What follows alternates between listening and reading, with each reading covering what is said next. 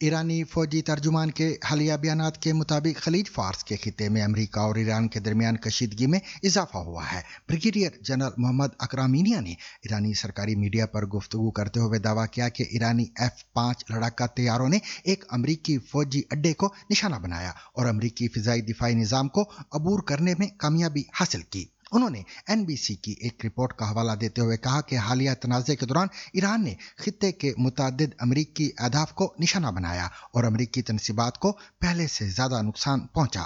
Report کے مطابق مختلف ممالک میں امریکی فوجی اہداف پر حملوں کا دعویٰ بھی کیا گیا ہے، تاہم ان تفصیلات کی آزاد ذرائع سے مکمل تصدیق نہیں ہو سکی۔ دوسری جانب اقوام متحدہ میں ایران کے نمائندے نے امریکہ پر ایرانی تجارتی جہازوں کی ضبطی اور تیل بردار جہازوں پر کارروائیوں کا الزام لگاتے ہوئے اسے بین الاقوامی قوانین کی خلاف ورزی قرار دیا اور فوری رہائی کا مطالبہ کیا۔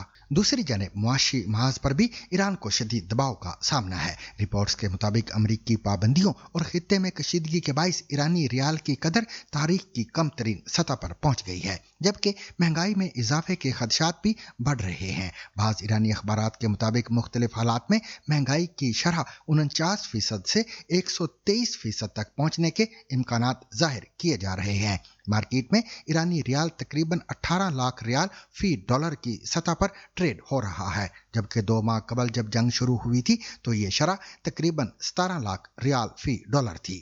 ماہرین کے مطابق خلیج فارس اور بحیرہ احمر کے اہم آبی راستوں خصوصاً آبنائے ہرمز اور باب المندب کی ممکنہ بندش عالمی توانائی اور تجارتی نظام پر سنگین اثرات مرتب کر سکتی ہے، کیونکہ عالمی تیل اور گیس کی ایک بڑی مقدار ان راستوں سے ہو کر گزرتی ہے۔